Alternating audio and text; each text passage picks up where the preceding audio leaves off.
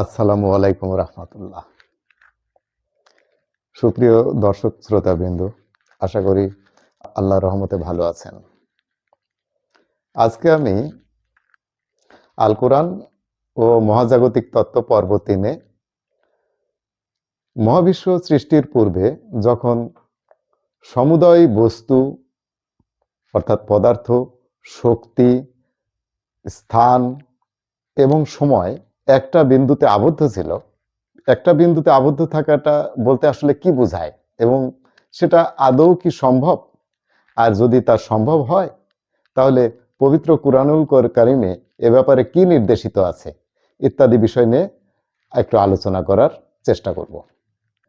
মহা বিস্ফোরণের পরবর্তী 1 সেকেন্ডের অত্যন্ত সূক্ষ্মাতি সূক্ষ্ম ভাগের মানে ভগ্নাংশের মধ্যে সবকিছু চারিদিকে ছড়িয়ে পড়ে এবং সেই মুহূর্তে সবকিছু বলতে মূলত শক্তির বিচ্ছুরণ বোঝায়। এই বিচ্ছুরিত শক্তি যে অবিশ্বাস্য গতিতে ছড়িয়ে পড়েছিল এবং পরবর্তী সেকেন্ডের মধ্যেই সেই শক্তি ক্ষেত্র থেকে উপপারমাণবিক কণাগুলো তৈরি হয়েছিল। উপপারমাণবিক কণাগুলো তৈরি হওয়ার পরবর্তীতে সেই কণাগুলোর সমন্বয়ে পরমাণু নিউক্লিয়াসের গঠন উপাদান প্রোটন ও নিউট্রন তৈরি হয়। তারপরে প্রোটন এবং নিউট্রনের চারিপাশে ইলেকট্রন আবদ্ধ হয়ে পরমাণু গঠন করে। পরবর্তীতে পরমাণুগুলো থেকে অণু এবং গ্যাসীয় মহাবিশ্বের সৃষ্টি হয়।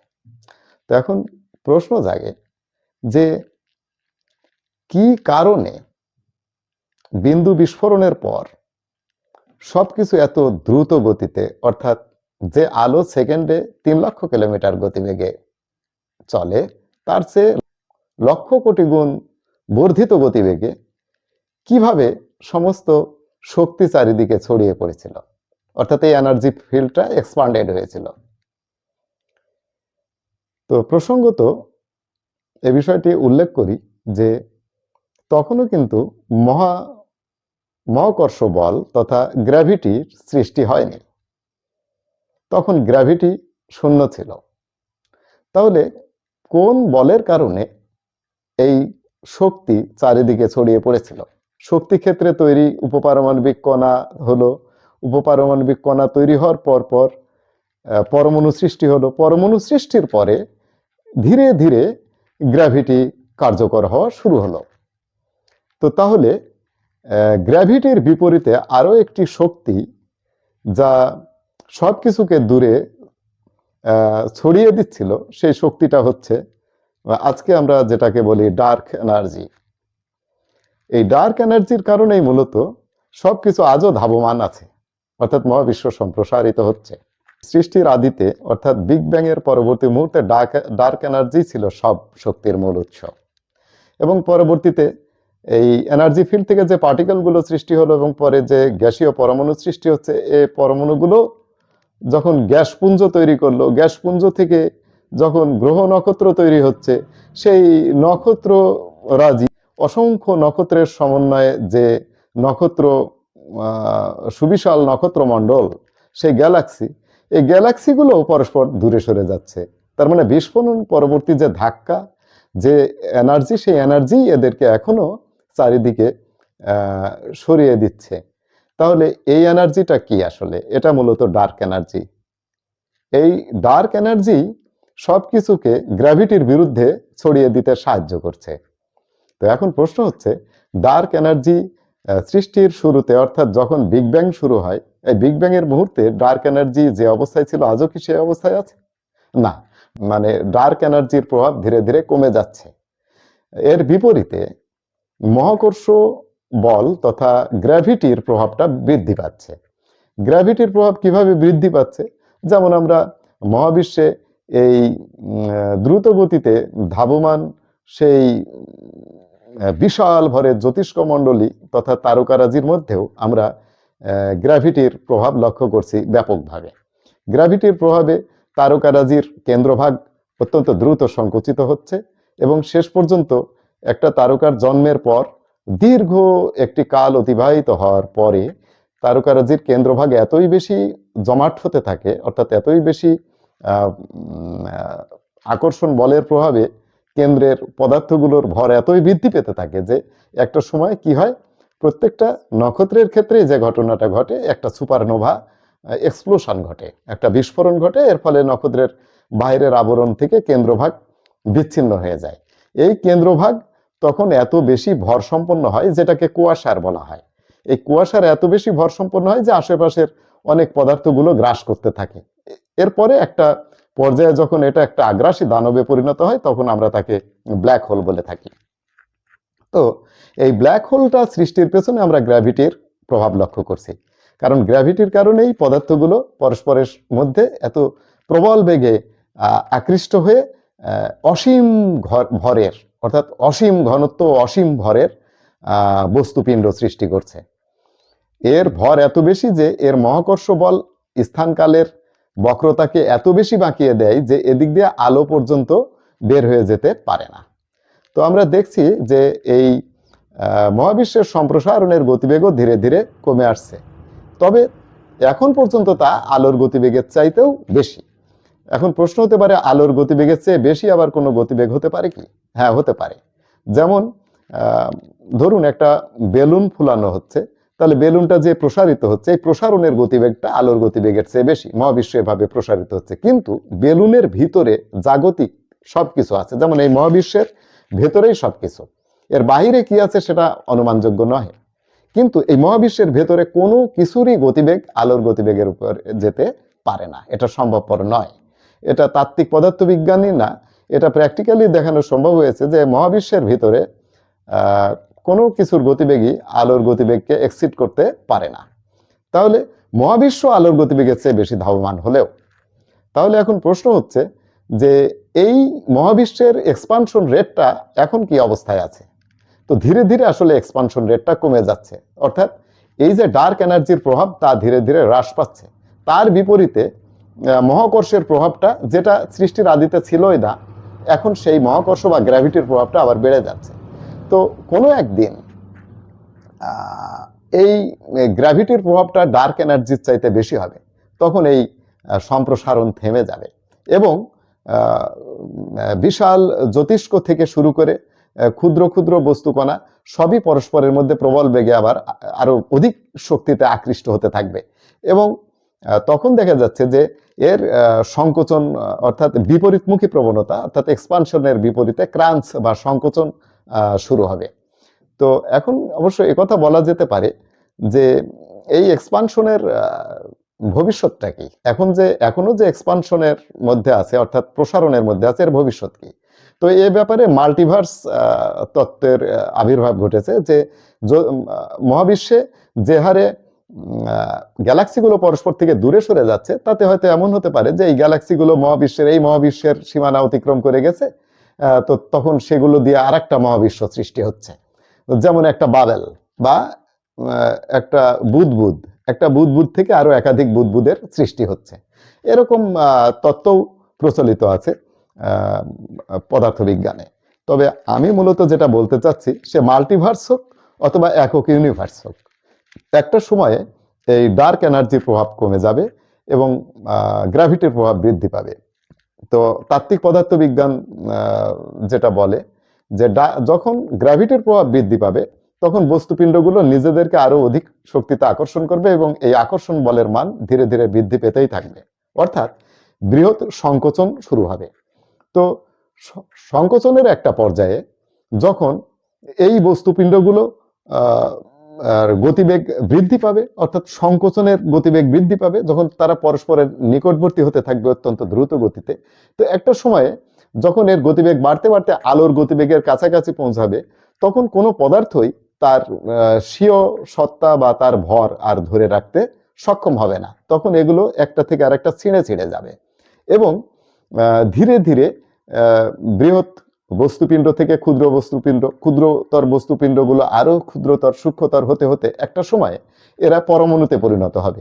এবং যখন এই সংকোচনমুখী গতিবেগ আরো বৃদ্ধি পাবে এবং আলোর গতিবেগের প্রায় কাছাকাছি পৌঁছাবে, তখন পরমাণু স্বীয় সত্তা ধরে রাখতে সক্ষম হবে না। অর্থাৎ সেই মুহূর্তে পরমাণুগুলো ভেঙে যাবে এবং এর যে মৌলিক কণিকাগুলো আছে সেগুলো বিচ্ছিন্ন হয়ে যাবে এবং বিচ্ছিন্ন মৌলিক কণিকাগুলো যখন অধিকতর বেগে ছুটতে থাকবে, নিকটবর্তী হতে থাকবে, সব পদার্থ যখন একটা বিন্দুতে আসা শুরু করবে, তখন আরো একটি অদ্ভুত ঘটনা ঘটবে। এই হাড্রন পার্টিকেলগুলো, অর্থাৎ এই কম্পোজিট পার্টিকেল যেগুলো প্রোটন এবং নিউট্রন, এই প্রোটন নিউট্রন ভেঙে যাবে, ভেঙে কোয়ার্ক ফিল্ডে পরিণত হবে। অর্থাৎ তখন ইলেকট্রন ফিল্ড, কোয়ার্ক ফিল্ড এবং অন্যান্য এনার্জি ফিল্ড ছাড়া আর কোনো পার্টিকেল তখন পাওয়া যাবে না। দেখা যাচ্ছে যে মহাবিশ্বে যখন এই পার্টিকেল সৃষ্টি হয়, অর্থাৎ বিগ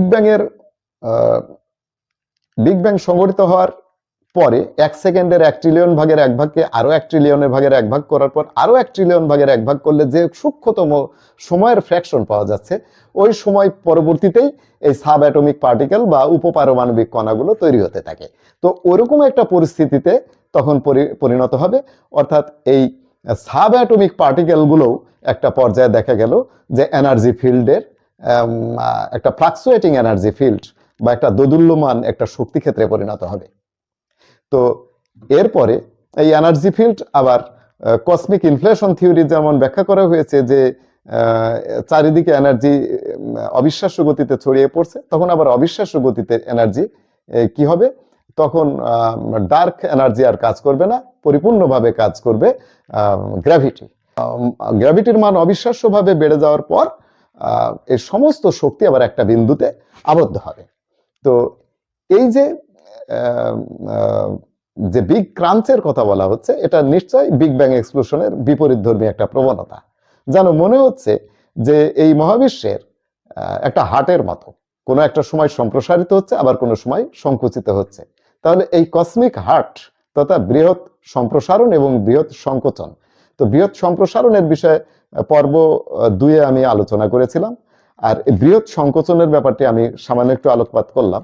তবে এই ব্যাপারে পবিত্র কুরআনুল কারিমে স্পষ্ট নির্দেশ দেয়া আছে যে কিভাবে সবকিছু সংকুচিত হবে এবং পুনরায় আবার আর একটা বিন্দুতে এসে মিলিত হবে। মহান আল্লাহ রাব্বুল আলামিন এই কসমিক ইনফ্লেশন থিওরির বিপরীতে যে কসমিক একটা ক্রাঞ্চ থিওরি, এই বিষয়টাও পবিত্র কুরআনুল কারিমে উল্লেখ করেছেন। তো পবিত্র কুরআন শরীফ সত্যি বিরাট রহস্যে ঘেরা একটি মহাপুস্তক। এর গভীরতা সাধারণ সেন্স থেকে অনুমান করা সম্ভব নয়। যদি নিজেদের চিন্তাধারাকে অত্যন্ত শানিত করে নেওয়া সম্ভব হয় এবং মানসিকতাটা যদি জ্ঞান আহরণের উদ্দেশ্যে নিবেদিত হয়, তাহলেই এখান থেকে বৈজ্ঞানিক ইঙ্গিতবাহী আয়াতগুলো বিশ্লেষণ করে এক মহাসত্য অনুধাবন করা সম্ভব হবে বলে আমি বিশ্বাস করি। তো এক্ষেত্রে আমি পবিত্র কুরআনুল কারিমের যে আয়াতগুলির সাথে এই মহাজাগতিক বিস্ফোরণ, অর্থাৎ এই বিগ ব্যাং এক্সপ্লোশনের পর এই ছড়িয়ে যাওয়া পদার্থগুলো আবার যে সংকুচিত হয়ে একটা বিন্দুতে মিলিত হবে, এবং এই বিষয়টি আমি তুলে ধরার চেষ্টা করব। পবিত্র কুরআনুল কারিমে আমি আজকে মূলত 2টা সূরার কথা উল্লেখ করব। এই 2টা সূরার 2টা আয়াত দ্বারা নির্দেশিত হয়েছে কিভাবে এই মহাজাগতিক সংকোচন শুরু হবে। মহান আল্লাহ রাব্বুল আলামিন মহাবিশ্বের বর্তমান স্বরূপ উন্মোচন করেছেন সূরা লুকমানের আয়াত 10-কে সুস্পষ্টভাবে। সেখানে মহান আল্লাহ রাব্বুল আলামিন ঘোষণা করেছেন, খালাকাস সামায়া ওয়াতি বিগাইরে আমাদেন তারাও না, অর্থাৎ 7 আসমান আমি সৃষ্টি করেছি কোনো অবলম্বন ব্যতি রেখেই, তোমরা তা দেখেছ। অর্থাৎ এই মহাবিশ্ব যে মহাকাশ যে ভাসমান অবস্থায় আছে, অর্থাৎ যে বিস্তৃত মহাবিশ্ব তা কোনো অবলম্বন দ্বারা নির্ধারিত না, এটা বর্তমান মহাবিশ্বের যে ফিচার তা সুস্পষ্টভাবে তুলে ধরে। সুতরাং মহান আল্লাহ রাব্বুল আলামিনের এই ঘোষণা দ্বারা বর্তমান মহাবিশ্বের এই ফিচারকেই আমরা উপলব্ধি করে থাকি। এর পরবর্তীতে বিস্ময়করভাবে আমরা সূরা আল আম্বিয়ার 104 নম্বর আয়াতে যে বিস্তৃত এই মহাবিশ্ব আবার কিভাবে সংকুচিত হবে, অর্থাৎ বিগ ক্রাঞ্চ থিওরি যেটা আমি একটু আগে আলোচনা করেছি, সেই বিষয়টা সুস্পষ্টভাবে বিবৃত আছে। তো সেখানে মহান আল্লাহ রাব্বুল আলামিন সুস্পষ্টভাবে ঘোষণা করেছেন, ইয়াউমা নাদবিস সামায়া কাতাইয়িস সিজিলিল লিল কুতুবি কামা বাদানা আউয়ালা খালকিন নু ইদুহু ওয়াদান আলাইনা ইন্না কুন্না ফাইলিন। অর্থাৎ মহান রাব্বুল আলামিন ঘোষণা করলেন, সেদিন আমি মহাকাশকে গুটিয়ে ফেলব, যেভাবে লিখিত কাগজ গুটিয়ে ফেলা হয়। আমি সবকিছু ধ্বংস করে আবার পুনরুজ্জীবিত করব, পুনর্নির্মাণ করব। আমি প্রতিশ্রুতিবদ্ধ, আমি অবশ্যই তা করব। এখানে সুস্পষ্টভাবে এবং দৃঢ়তার সাথে আল্লাহ রাব্বুল আলামিন ঘোষণা করলেন যে এই মহাবিশ্বের যাবতীয় সমগ্র বস্তু, শক্তি, স্থান এবং কাল সব তিনি গুটিয়ে একটা বিন্দুতে সীমাবদ্ধ করবেন। তাহলে এখান থেকে সুস্পষ্টভাবে আমরা ধারণা পাচ্ছি যে এই মহাবিশ্বের সব কিছুই আবার পুনরায় একটি বিন্দুতে আবদ্ধ হবে। অর্থাৎ এটা বিগ ক্রাঞ্চ থিওরি বা বৃহৎ সংকোচন মতবাদকে সুস্পষ্টভাবে নির্দেশ করে। তাহলে আধুনিক পদার্থবিজ্ঞান দীর্ঘ গবেষণা ও পরীক্ষা নিরীক্ষার নিরিখে আজ যে মতবাদগুলো উপস্থাপন করছে, মহান আল্লাহ রাব্বুল আলামিন আজ থেকে ১৫০০ বছর আগে পবিত্র কুরআনুল কারিমে তা সুস্পষ্টভাবে ঘোষণা করেছেন। সুতরাং জ্ঞানী ও প্রজ্ঞাবান ব্যক্তিদের জন্য পবিত্র কুরআনুল কারিম একটি মহাগ্রন্থ। তাই মহান আল্লাহ রাব্বুল আলামিন কর্তৃক প্রেরিত আল কুরআনই বিজ্ঞানের, আধুনিক বিজ্ঞানের সূতিকাগার। তাই আমরা কুরআনুল কারিমের আলোকে আমরা আমাদের জ্ঞান পিপাসা পূর্ণ করি এবং আল্লাহর হেফাজত কামনা করি। আমার বক্তব্য শ্রবণ করার জন্য আপনাদের সবাইকে আমি আমার অন্তরের অন্তঃস্থল থেকে শুভেচ্ছা জানাচ্ছি।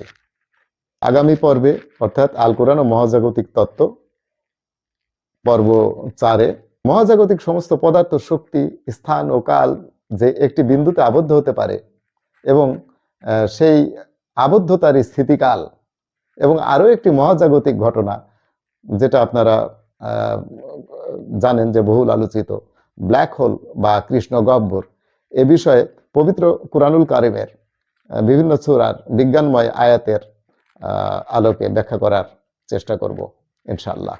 আমি 24 তারিখ আগামী মঙ্গলবার বিকেল 5টায় আল কোরআন ও মহাজাগতিক তত্ত্ব পর্ব 4 আপনাদের সামনে হাজির করব ইনশাআল্লাহ। আপনারা ভালো থাকবেন এই কামনা করি। আসসালামু আলাইকুম ওয়া রাহমাতুল্লাহ।